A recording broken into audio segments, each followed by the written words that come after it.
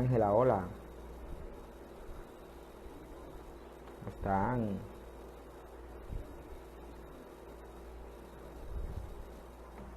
Buenas tardes a todos. Qué bueno que se están sumando temprano. Hoy tendremos un tema interesantísimo a raíz de esta situación que hemos estado viviendo.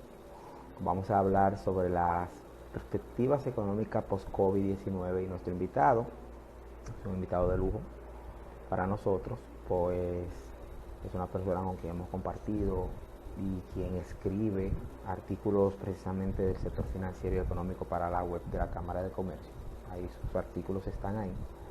De hecho, podemos decir que Francisco del Rosario Núñez, que es nuestro invitado hoy, es gerente corporativo de créditos y cobros, es docente del área de finanzas en la Universidad Dominicana OIM, fue gerente del Banco Confisa, subgerente comercial de Escocia, fue gerente de Promipyme en el área de banca solidaria, tiene una maestría en gerencia financiera y viene del área de la contabilidad.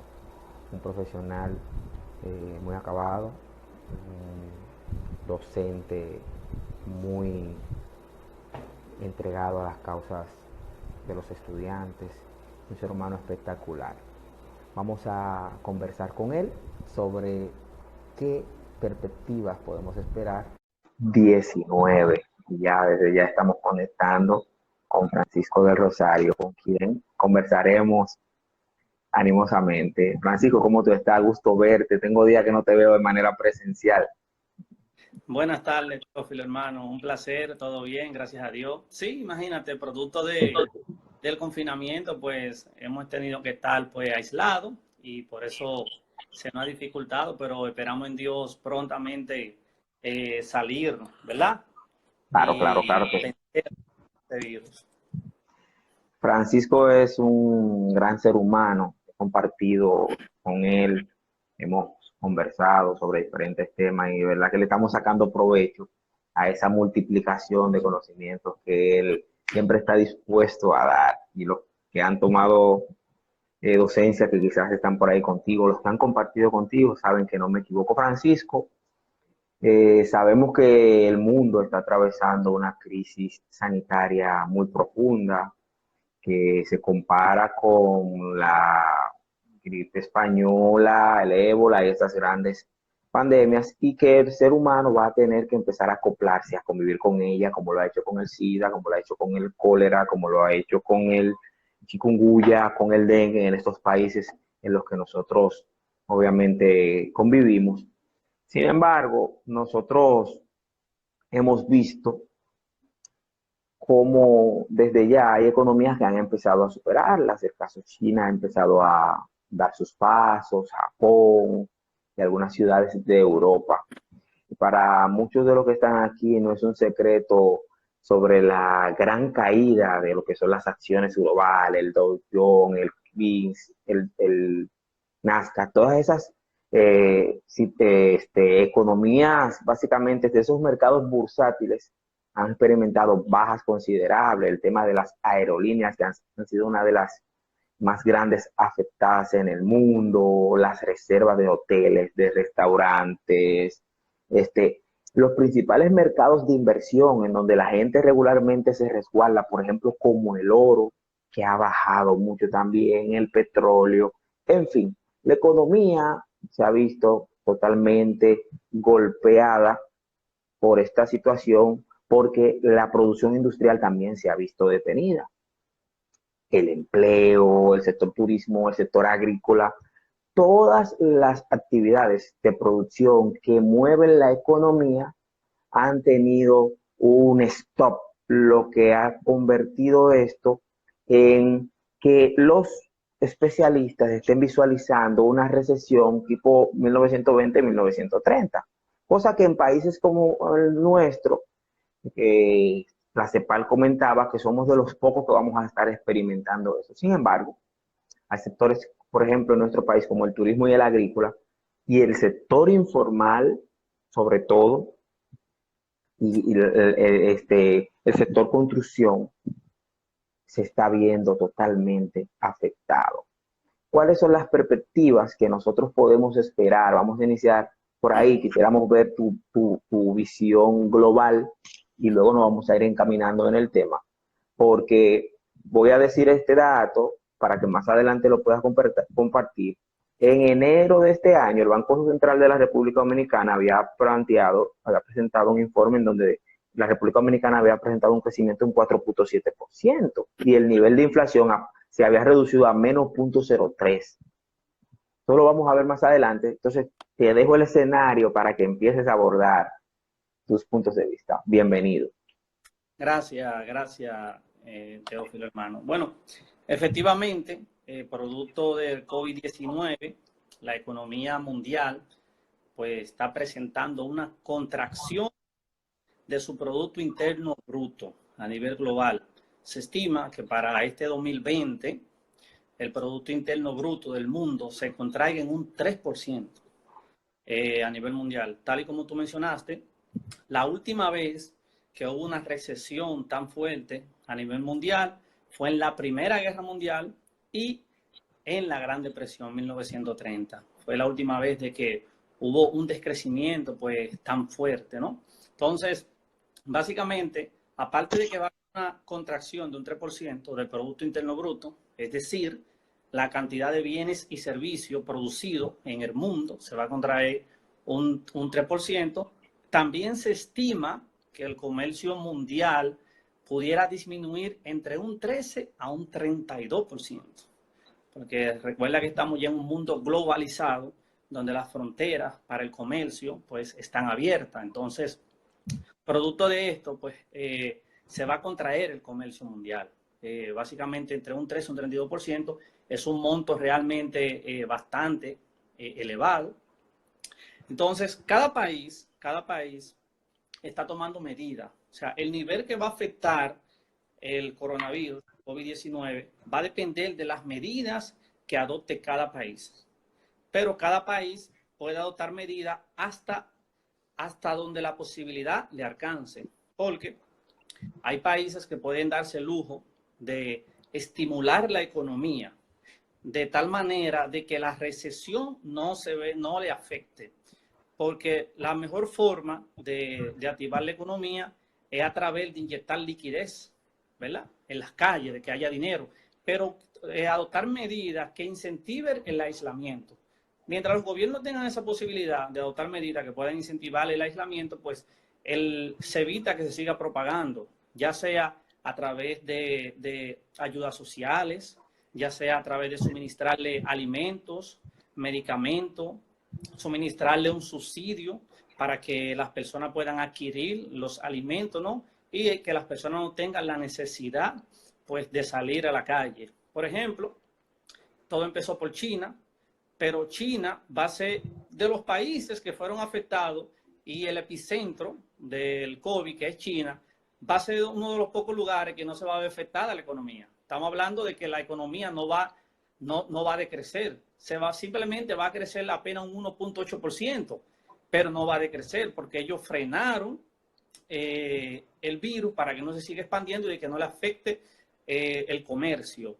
Sin embargo, otras zonas, como por ejemplo Europa, España, Italia, quizás tomaron medidas un poquito tarde y le ha afectado de una manera significativa. Y nos trasladamos ahora a los Estados Unidos, donde ya se ha vuelto el epicentro, ¿no? Con la mayor cantidad de personas contagiadas. Sin embargo, Estados Unidos aprobó el mayor plan de estímulo económico que se ha hecho en la historia de los Estados Unidos. Estamos hablando que el Senado aprobó un plan de 2.2 billones de dólares para inyectar para poder apalear el COVID-19 en los Estados Unidos. Es decir, que aunque es el epicentro, podríamos decir que es una buena noticia para nosotros, porque recuerda que nosotros dependemos mucho de los Estados Unidos, ¿no?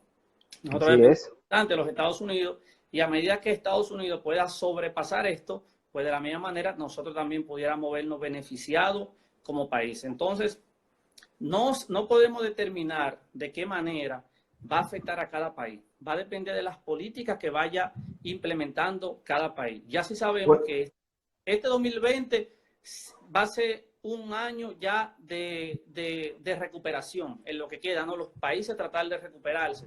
Ahora bien, la recuperación como tal, el crecimiento ya a partir del año 2021 a final de este año del 2020, que más o menos los países ya empiezan a recuperarse. A raíz de eso que planteas, y con el tema de las caídas de las inversiones y todo, y de los mercados, muchos países, incluyendo el nuestro, lo que han es reducido, los bancos centrales, el sector financiero ha reducido las tasas de interés, con el objetivo de que el nivel de endeudamiento no se eleve, porque no es lo mismo que te frisen, por ejemplo, tus cuotas, aunque tú la pagues más adelante, que tú no estar produciendo y tener que pagarlas y endeudarte. Sí, sí, correcto. Pero el principal objetivo que hacen los gobiernos, reduciendo la tasa de interés, es precisamente incentivar el flujo de efectivo en las calles. ¿Qué hace el gobierno? El gobierno baja la tasa de interés de política monetaria, que viene siendo el dinero que el banco le presta a los bancos. El Banco Central le presta a los bancos. La tasa de política monetaria, poniendo el ejemplo de República Dominicana, estaba en 5.5%. La bajaron primero en un punto porcentual y luego en otro punto hasta 3.5. ¿Qué quiere decir?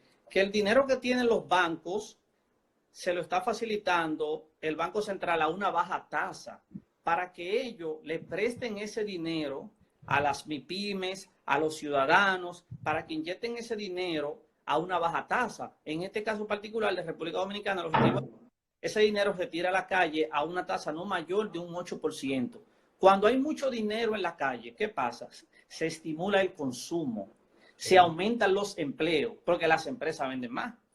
Entonces, por ejemplo, en este caso... Demandan más servicios, entonces necesitan gente que dé servicios. Exactamente, demandan más servicios. ¿Qué hacen los gobiernos? Cuando los gobiernos quieren aumentar el flujo de efectivo, cuando quieren aumentar los empleos, cuando quieren aumentar el desenvolvimiento de la economía, tiran dinero a la calle. ¿Cómo tiran dinero a la calle? Bueno, poniendo el dinero a una baja tasa de interés. Eso estimula el empleo, estimula el crecimiento del comercio, pero tienen que saberlo hacer, porque así mismo, cuando hay mucho dinero en la calle, eso provoca inflación. Porque a mayor dinero, mayor aumentan los precios de los artículos, porque hay mucho dinero disponible. Entonces, por eso es que el gobierno tiene que saber jugar entre recoger dinero, aumentando la tasa de interés, y tirar dinero a la calle, bajando la tasa de interés. En febrero me gustaría ver, tú sabes que el banco va midiendo, mientras hablas voy a buscarlo. Correcto. En febrero de este año, la tasa de inflación mensual era de menos 0.3 en nuestro país. Sí. Y Sí, en enero fue de 0.33, o sea que en febrero bajó 46 puntos, por decirlo así. Sí, Vamos a ver tanto ha aumentado o ha subido entre marzo y abril. el gobierno se pone meta anual de inflación, porque prácticamente es inevitable que haya inflación. Regularmente siempre hay inflación. Entonces, pero el gobierno se pone meta. Regularmente la meta ronda entre un 3 y un 4%. Pero cuando nosotros, como país, tenemos un crecimiento del Producto Interno Bruto, por ejemplo, como el año pasado, que tuvimos un crecimiento sobre el 5%, pues, y tuvimos una inflación de un 3%, quiere decir que tuvimos un crecimiento de un 2%, porque crecimos un 5%, pero la inflación fue de un 3%. El objetivo es que el crecimiento sea mayor que la inflación, porque ahí ¿qué hace el gobierno? El gobierno tira dinero a la calle para incentivar la producción de bienes y servicios, pero tiene que tratar de tirar el dinero de una manera que no afecte la economía en la parte principalmente de la inflación. Entonces, se lograron los objetivos. A inicio de este año nosotros iniciamos bien. De hecho, según la CEPAL, nosotros éramos el segundo país que tendría el mayor crecimiento de Latinoamérica después de Panamá. O sea que nosotros proyectábamos este año tener un crecimiento. De hecho, nosotros como país tenemos un crecimiento sostenible durante los últimos 10 años de un promedio de un 5%. O sea, ha sido el país que ha tenido el mayor crecimiento sostenible y se estima que ese crecimiento se mantendría por lo menos hasta el 2030, un crecimiento sostenible. O sea, ya nosotros como país tenemos un Producto Interno Bruto sobre los 92.000 millones de dólares. Ya somos el 8º país de Latinoamérica y el Caribe con el mayor Producto Interno Bruto. Estamos en el 8º lugar, por encima de muchos países de Latinoamérica y el Caribe. Hacen un comentario, dice Joan Troncoso Díaz, buenas tardes, Joan. El 8% corresponde al encaje liberado. La tasa que baja el Banco Central a los bancos es para que la tasa de los préstamos actuales se mantenga y no exista un aumento de la tasa, la cual afectaría directamente. Sí, buenas tardes, Joan, hermano, Joan Troncoso, mi hermano. Un placer saludarte y que te hayas unido pues a la conversación.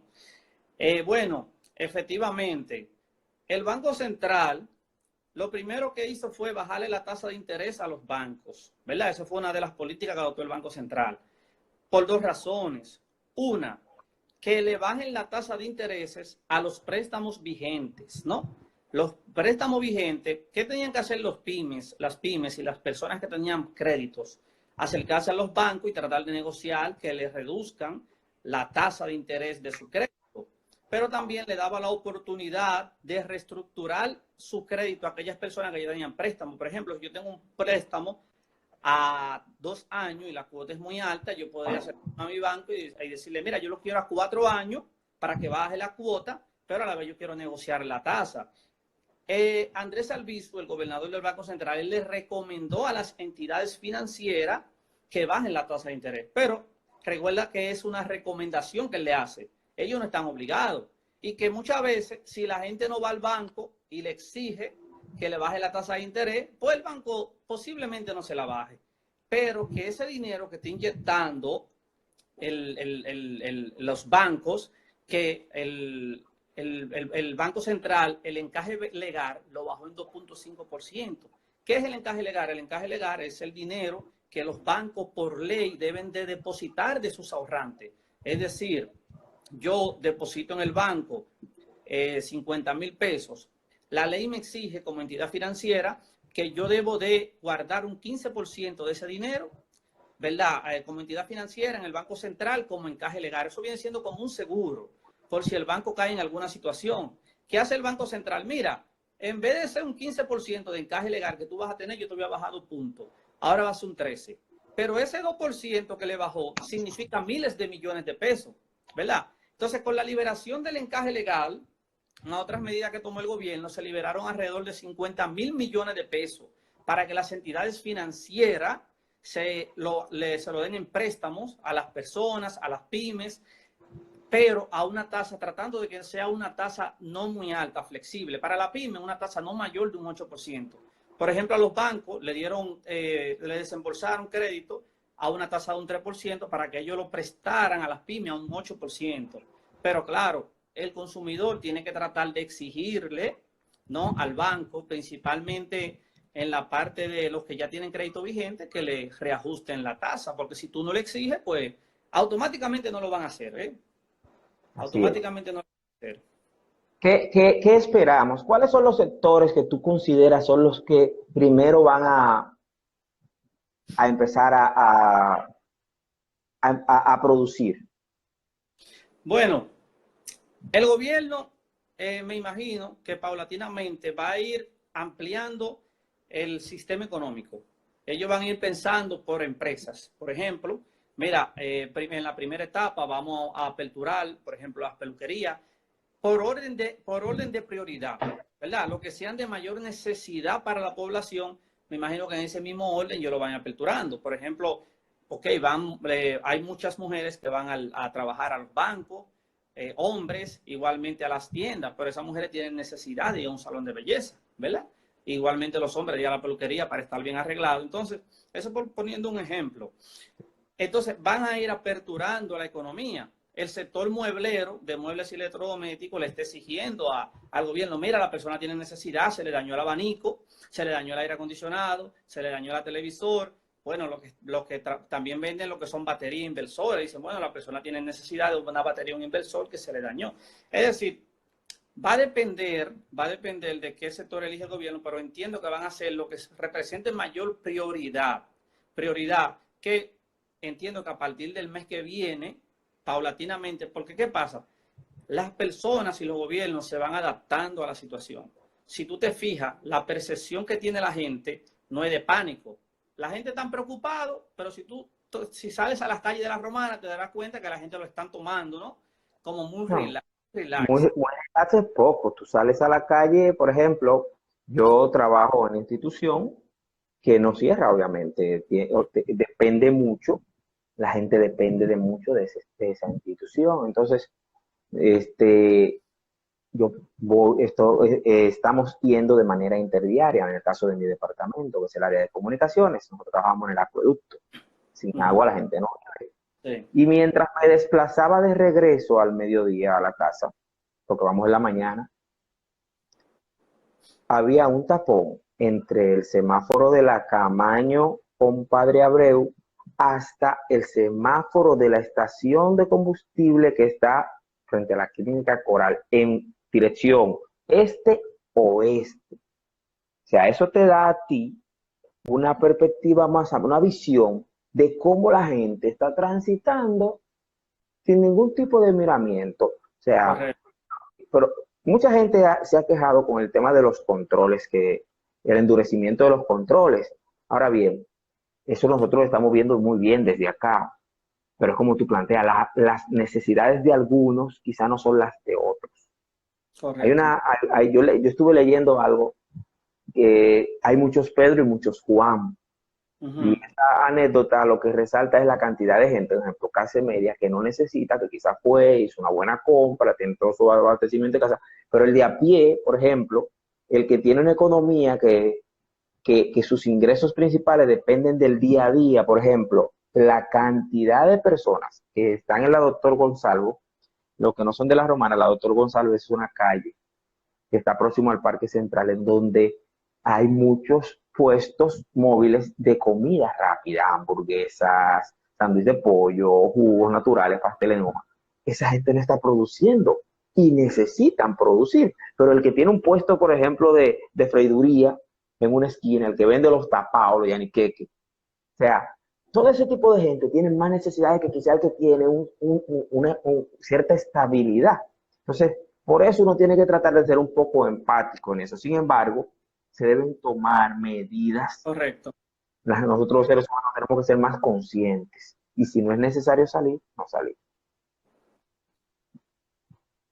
Se te frizó, ok, te escuchamos. Correcto, correcto. Entonces, Francisco, en la medida de que, dependiendo del nivel de prioridades, el gobierno debe empezar a abrir. Se han hecho muchos, incluso el Estado estuvo Perdón. antes de ayer, el Estado antes de ayer desmintió que el lunes la economía iba a empezar a aperturarse. Entonces, hay muchas fuentes de información que no son fidedignas. Entonces, nosotros somos los que hacemos el llamado a que estén pendientes de las informaciones oficiales que el Estado Dominicano provee para poder acceder a cuáles son las áreas que van a aperturarse. Hay un sector, y me gustaría escuchar tu punto de vista, que ha estado insistentemente conversando y llevando propuestas al Estado, que es el sector de la construcción, el sector ferretero, por decir uno. El sector ferretero Sí. es uno de los sectores que de manera insistente ha estado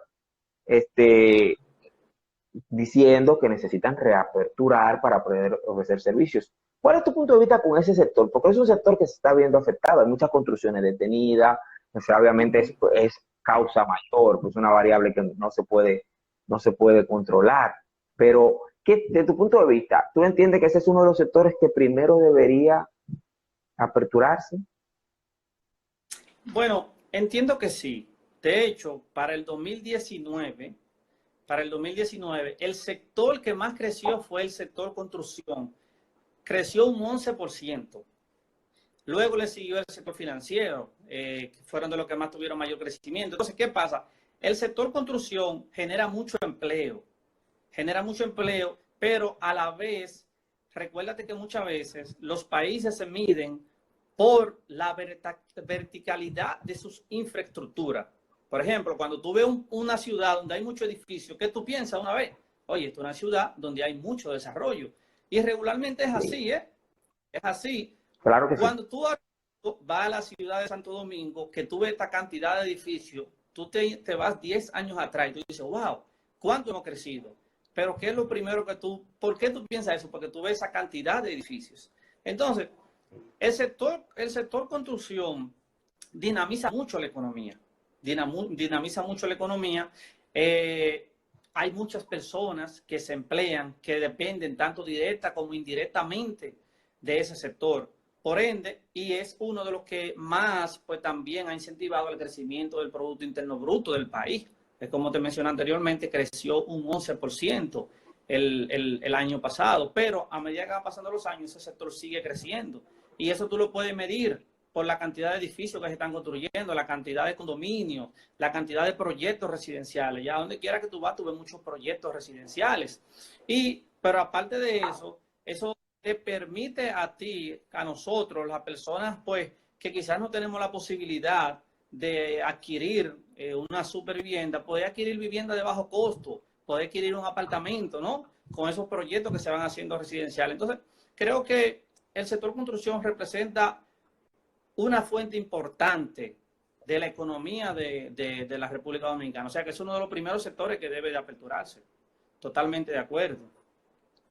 Hay una pregunta aquí, Francisco. ¿Considera, según tu experiencia y conocimiento, esta situación puede extenderse más allá de este año? Esa es una. Dice ese año que viene o más, según las estrategias y medidas tomadas del gobierno. No entendí la última parte, pero la repito nuevamente. Esta situación puede extenderse más allá de este año. Dice ese año que viene o más, o sea, el año que viene o más allá, según las estrategias y medidas tomadas por el gobierno.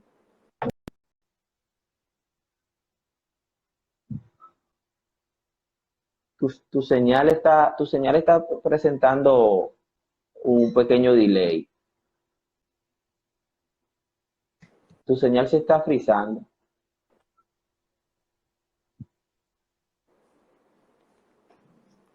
Se volvió a frisar. Ok, Sí, ok. tío, estoy acá. Bien, adelante, adelante. Sí, estoy acá. Bueno, yo entiendo que el gobierno central ha adoptado buenas medidas para incentivar el aislamiento social. Lo que pasa es que acuérdate que todo va a depender de la educación y del nivel de conciencia que tenga el dominicano. Educación y La principal conciencia. conciencia, claro, eso es correcto. Entonces, eh, hay algo muy importante que tiene que incentivar un gobierno y es medidas de incentivo de aislamiento. ¿Cuáles son estas? Bueno, una de ellas que están adoptando el programa FASE, ¿no? Que se le está facilitando pues a más de 700,000 empleados del sector formal, de unos 8.500 pesos que se le está 1.700.000 devolviendo. están tocando estas medidas. 1.700.000 Sí, dicen que con las medidas que han estado tocando. sí, sí, porque acuérdate que eso abarca. Solidaridad, sube, exacto, sí, sí.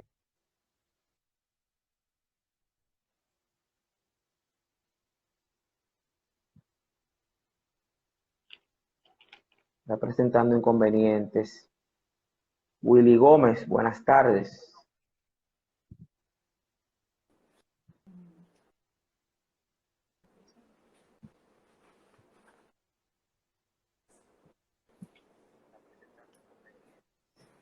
Está presentando, ustedes Estoy saben acá, que con la Teófilo, estoy carga. acá. Ahora sí, lo que pasa es que hay mucha carga en las líneas de transmisión de internet, entonces es normal que se frice.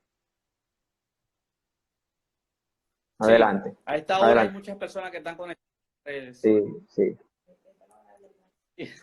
Además de que también hay mucho live a esta hora, Teófilo, hermano. todo, claro que sí, claro que sí, claro que sí. La mayoría son entre 5 a 7 de la noche, la mayoría de los live. Sí, así es.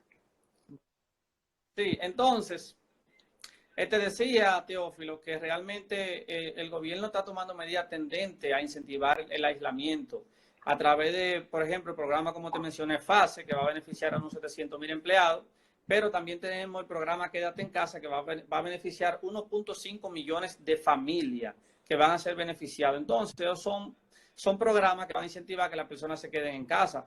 Yo entiendo que con la medida de aislamiento que está adoptando el gobierno, y si las personas, pues de una u otra manera, actúan con conciencia, nosotros podemos sobrepasar esto en los próximos meses. No creo que llegue al año que viene, no creo, realmente. Es como decíamos al inicio, la gente va a empezar a convivir con eso. Ahora hay que ver los niveles de cuidado humano que tenga la gente, cómo mantengan su sistema inmunológico, cómo se cuiden, cómo tomen las medidas de precaución.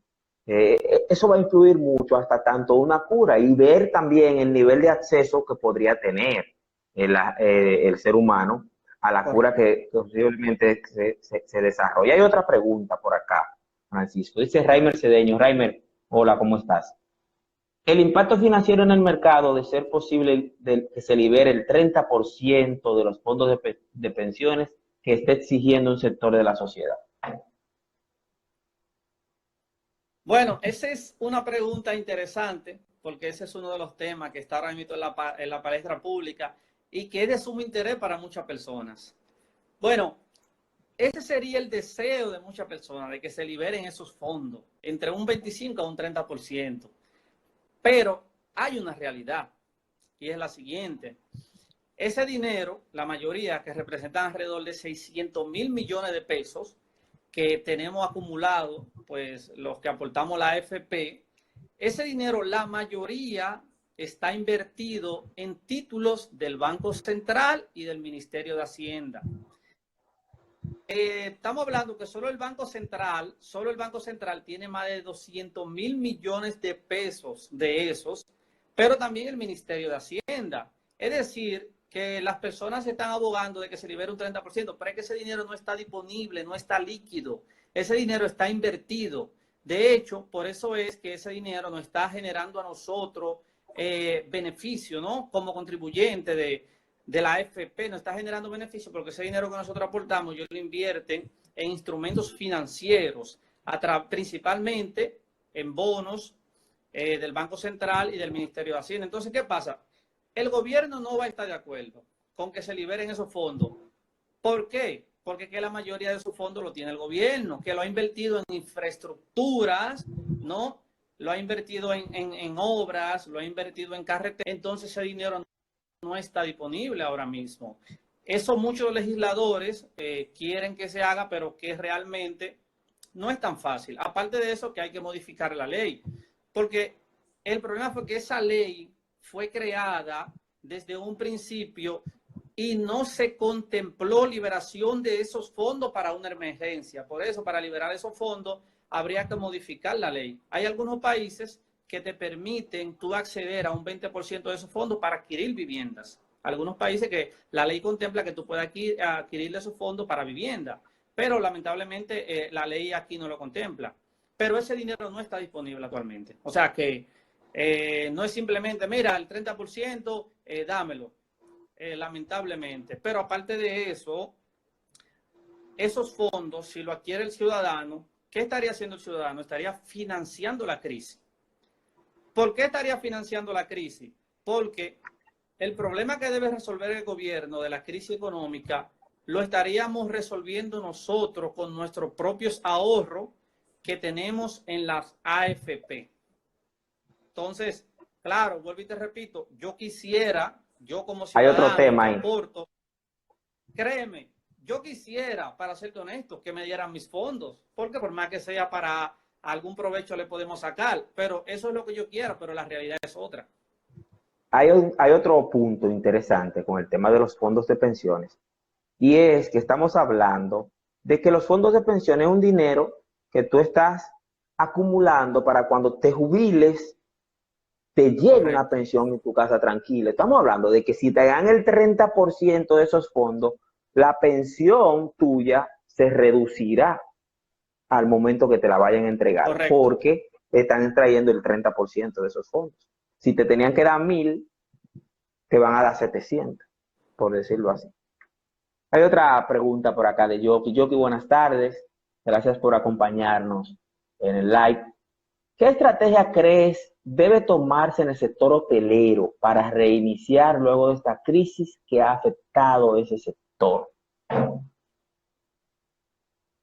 Bueno, ahora que mencionan el sector hotelero, dentro de las actividades económicas que van a tener mayor impacto producto del COVID-19, ya sabemos que está la remesa, está el turismo, está la inversión extranjera y está las exportaciones.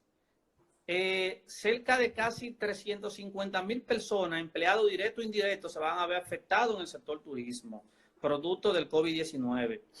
Entonces, ¿qué pasa? El sector de los últimos sectores que se van a reaperturar va a ser el sector turismo. ¿Por qué? Porque nuestros clientes, en su mayoría, son extranjeros. Entonces, cuando tú vienes de una crisis, cuando tú vienes de una recesión, las personas tienen miedo a viajar.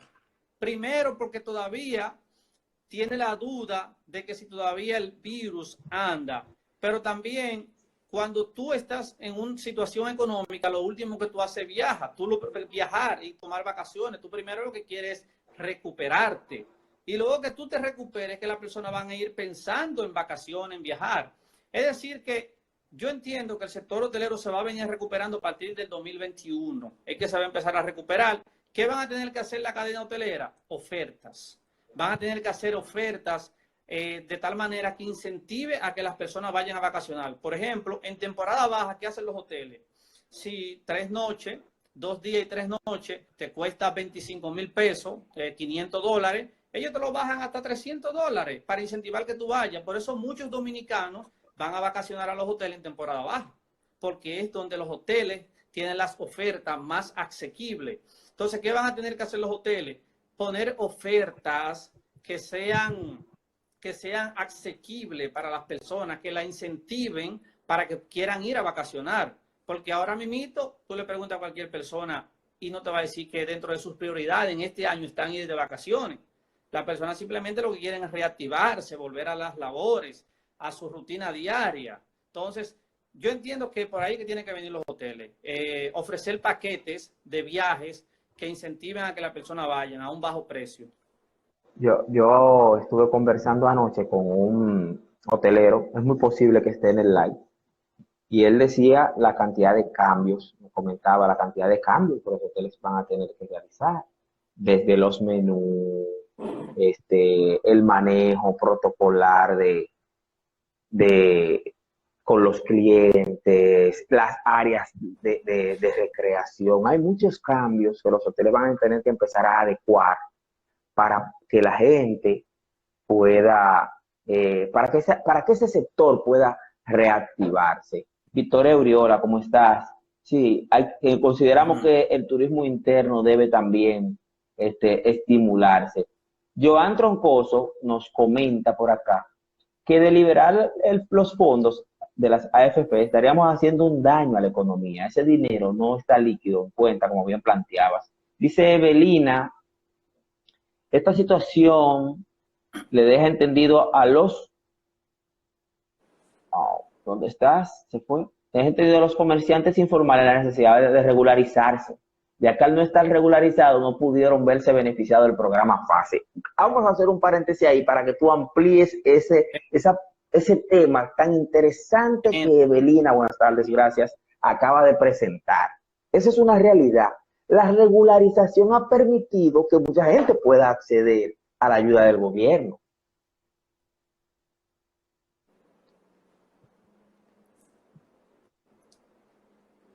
Adelante, se te está frizando un poquito. Sí, sí, sí, te escucho ahora, te escucho. Sí, Yo excelente decía, el aporte, adelante. efectivamente.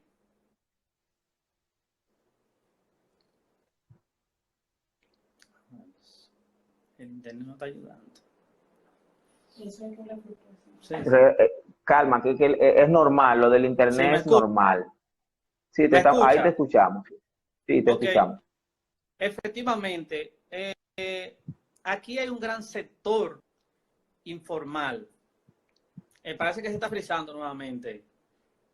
Me avisa cuando me escuche, Teófilo. ¿Me Ahí, escuchas bien, ahí? bien, bien. ¿eh? Adelante, adelante, adelante. Ah, sí, sí. Pido disculpas, señora. Acuérdense que en este Es horario el normal, tráfico hay es muchas personas. normal, normal. Sí, sí. Sí, realmente el sector informal en este país es bastante amplio. La mayoría de los empleos están en el sector informal. El comercio informal abarca mucho y de una u otra manera nos afecta a nivel general. Primero, las personas que estaban en el sector informal no han podido beneficiarse de las políticas adoptadas por el gobierno. Es lo primero. Por ejemplo, las personas que van a beneficiarse del FASE son los negocios que están formar, que tienen a sus empleados en la TCS, ¿verdad? Pero aparte de eso, el sector informal incentiva la evasión fiscal, ¿verdad? Porque el que está informal no está tributando y por ende disminuye la cantidad el monto recaudado por el gobierno. Entonces, los negocios informales, yo creo que es una buena oportunidad para que ellos analicen y mediten que deberían de formalizarse, porque formalizarse conlleva muchos beneficios. Usted puede, por ejemplo, como empresa, usted puede adquirir financiamiento por las instituciones financieras, puede adquirir ayuda del gobierno. Cuando se presenten situaciones de emergencia como esta, pues es mucho más fácil poder paliar la crisis porque pueden recibir ayuda del gobierno. Pero no solo eso, usted como empresa le da más garantía a sus clientes cuando usted está formalizado. Se está frizando nuevamente, Teófilo. Me avisa cuando me escuche. Sí, adelante, adelante, ¿Hasta qué adelante, te parte me escuchamos bien. escuchaste? Ahí mismo. Te da Sí, garantía a perfecto. acceder a crédito. Correcto. De hecho, una de mis especialidades como profesional es formalizar empresas. Yo me especializo en constitución de empresas. Para aquellas personas que desean formalizarse, yo siempre les recomiendo que deben de constituirse. Primero porque pueden, no solo eso, sino que tú como empresa, como por ejemplo una SRL, Sociedad de Responsabilidad Limitada, tú como comerciante, como propietario de una empresa, tu responsabilidad va hasta la inversión o el capital social que tú tienes invertido en la empresa. Sin embargo, tú como persona física, como comerciante, cualquier situación que se presenta, todos tus bienes, habido y por haber, pueden verse perjudicados. Sin embargo, las empresas tienen personalidad jurídica. Ahora mismo, ¿quiénes son los que más se están beneficiando? El sector formal. Es como yo he estado comentando que producto de esta crisis, muchos microempresarios se van a ver en la necesidad de formalizarse. Y es lo que yo les recomiendo a todos mis clientes. Yo siempre les recomiendo a mis clientes, debes de formalizarte, porque formalizándote vas a obtener mayores beneficios como micro y mediano empresario. Víctor Willy Gómez, ¿cómo estás? Saludos. Dice él, ¿cómo crees que se comporta el sistema financiero para fines de inversión? ¿Bajarán las tasas de interés o las subirán si se invierte en certificados de ahorro? Bueno, se supone, regularmente la tasa pasiva de los bancos, no, la pasiva que viene siendo la que ellos pagan, regularmente se mantiene en promedio, ronda entre un 4 a un 8% dependiendo de la institución financiera. Es decir, que si tú aperturas un certificado financiero en una institución financiera, ellos te pagan un promedio entre un 4, un 7 y quizás hay una o dos que te pagan un 7.5, pero siempre anda entre un 4 a un 5. Mientras mayor riesgo tenga la entidad financiera, mayor tasa te va a pagar. Mientras más grande es la institución financiera, menor tasa te va a pagar porque el riesgo es mínimo.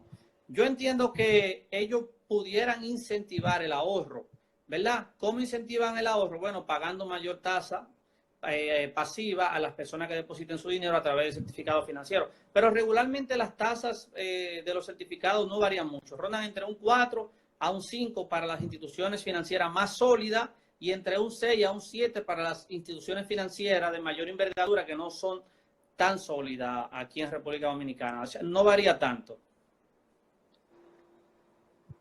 Si no estoy con los pagos de la TCS, no califico, dice Eunice Guzmán. Vamos a ver si hay otra pregunta. Toñito Grill, Gladys Quiñones, ¿cómo estás? ¿Estás, Gladys, ya ahí? Te estamos viendo. Gracias por sumarte a la conversación. Si tienes preguntas, la puedes hacer igual a los demás. Tenemos por acá a Ramón Veras, el director ejecutivo de la Cámara de Comercio y Producción de La Romana, que también se suma a la conversación.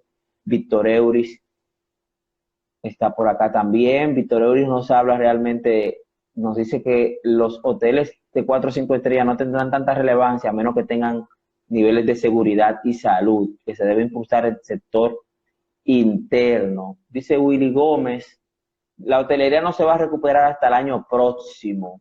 Dice, hay mucha gente saludándote, gracias por sumarse al like. Francisco, desde tu punto de vista, a ver si no hay más preguntas, un segundito. Dice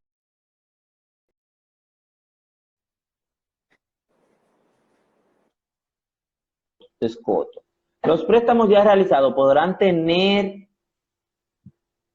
alguna baja tasa. Sí, Dice, es recomendable que si usted tiene un crédito,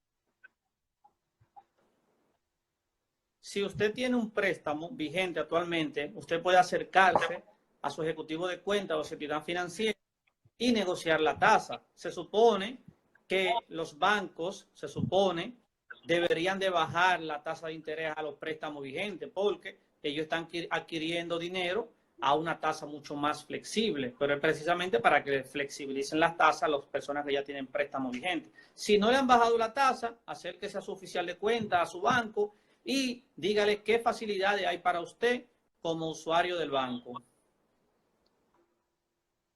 Ok, te decía, Francisco, las principales recomendaciones, por lo menos 5 recomendaciones que tú puedas en estos 5 minutos que nos quedan, que tú puedas darle a los comerciantes que están acá y a todo aquel que quiera invertir. Bueno, miren, recomendación número 1 para los comerciantes.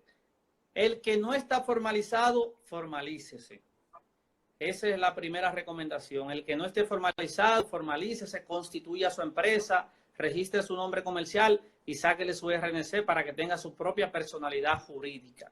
Es una recomendación que yo le hago. Segunda recomendación, acérquese a su entidad financiera, que la mayoría de los comerciantes tienen crédito.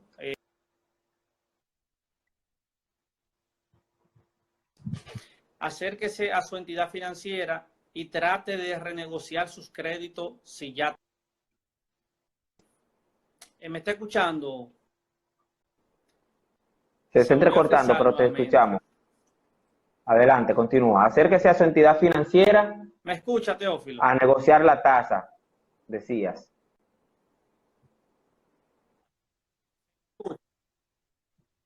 Ajá, acérquese y trate de negociar con su ejecutivo de cuenta las tasas de sus préstamos. Tercero, independientemente de que el gobierno está dando facilidades de crédito a una tasa no mayor de un 8%, no tome crédito si usted no lo necesita. Porque hay algunos empresarios que como están liberando fondos a un 8% y con 3 meses de gracia, porque aparte de que es un 8%, 3 meses de gracia para que empiece a pagar la primera cuota en 3 meses, se están huyendo a las instituciones financieras a solicitar préstamos locos. Si usted no tiene en qué invertir ese dinero, si usted no tiene un plan de negocio con ese dinero, no lo tome prestado. Porque aunque la tasa es baja, está tomando un crédito tóxico. Esa es otra recomendación que yo le hago. Cuarto, ya todo va a cambiar. O sea, luego del COVID-19 nada va a ser lo mismo. Ya esto creo que es una gran oportunidad para usted como empresa empezar a trabajar las redes sociales y el negocio en línea. Por ejemplo, muchas empresas que trabajan en línea, aunque están cerradas, siguen haciendo un trabajo a través de las redes, ya sea un catálogo de cuentas para que tú ordenes tus productos, si tú tienes, para tus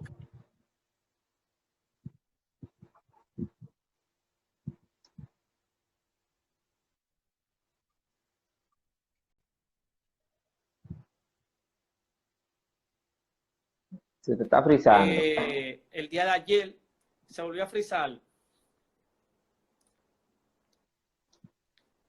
Acceder a redes sociales, decía la número 4, ¿verdad? Ajá, Tener por ejemplo, acceso a redes sociales. el día de ayer me parece que ayer estuvo la participación de Antonio, Hablamos de eso, sí, González, ayer. Y ayer hablamos.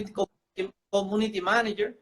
Me imagino que él habló Sí, de la sí. importancia, no pude ser completo, pero me imagino que ahorita está hablando de la importancia de las redes sociales. Así es. Correcto, esa es otra recomendación. Y quinto, fortalecer el capital humano. Tenemos que fortalecer y capacitar al personal humano, porque muchas empresas a veces no entienden la importancia.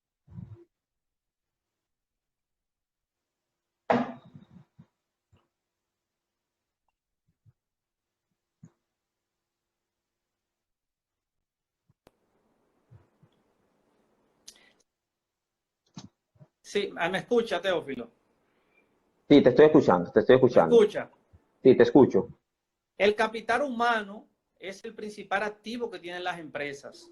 Entonces, si usted como empresa tiene que ser comprensivo con sus colaboradores, es decir, las empresas que tienen la posibilidad de ayudar a sus colaboradores en estos tiempos de crisis, ayúdelo. Porque usted va a tener un colaborador más motivado, un colaborador que se va a sentir comprometido con la empresa porque usted lo ayudó en el momento que lo necesitaba.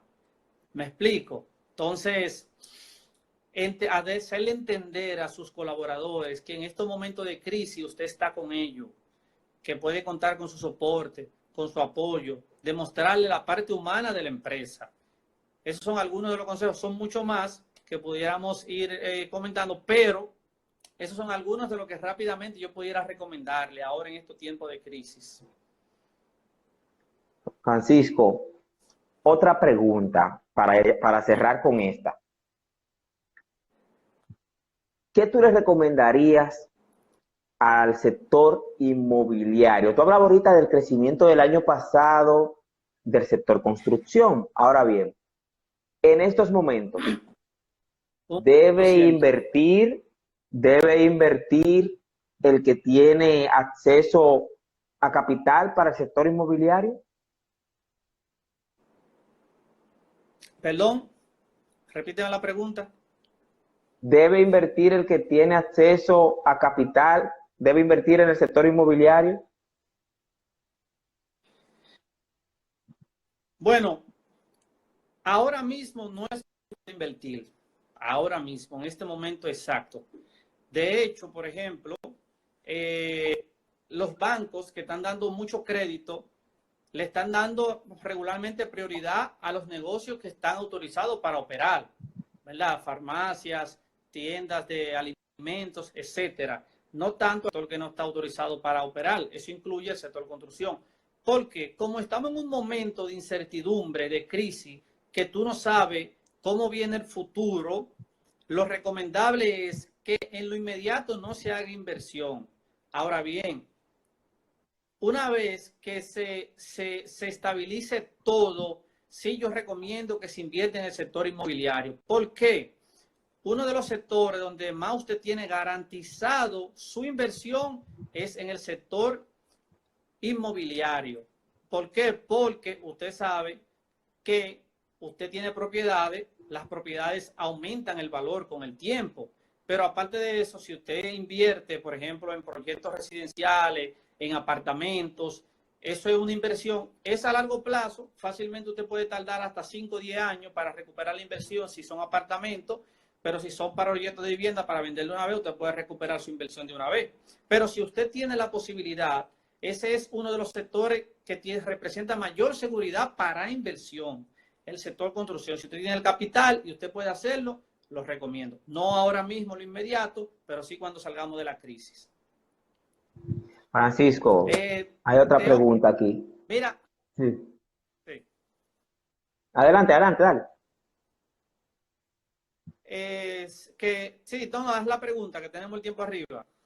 Acá sí.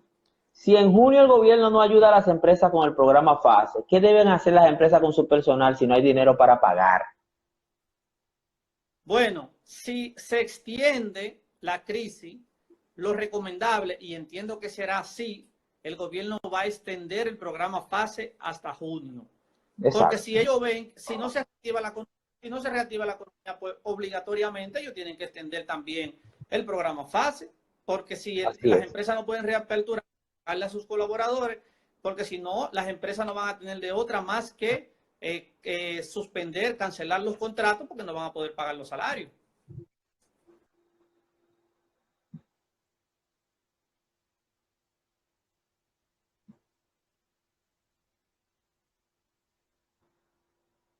Nuevamente se frizó.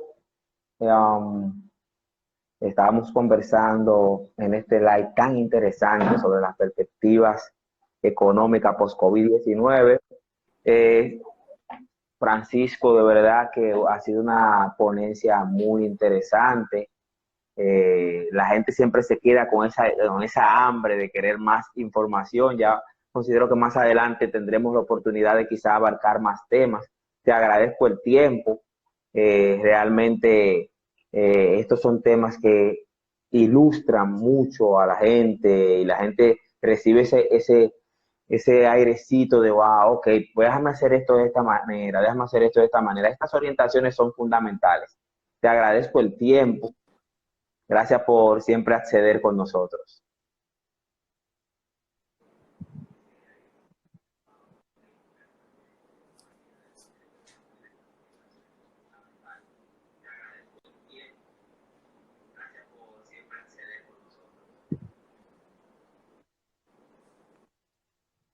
Muchas gracias, gracias por la invitación. Qué pena que el tiempo fue tan corto, se quedaron muchos temas que tenía pendiente, tenía muchos temas para tocar que se quedaron desde el punto de vista. Instagram nada más da una hora. Sí, desde el punto de vista de la perspectiva económica se quedaron mucho tiempo de la República, muchos temas pendientes, pero nada, el tiempo es corto, gracias por la invitación. Vamos a reprogramar. Y esperamos que nuevamente podamos hacer un live para tocar los temas que quedaron pendientes. Así se hará. Perfecto, Placer. Bendiciones a tu familia. Gracias a todos ustedes. Mañana tendremos un plato fuerte. Mañana vamos a hablar con Irene Morillo sobre manejo de marca en tiempo de crisis. Los espero mañana nueva vez a las 6. Francisco. Gracias.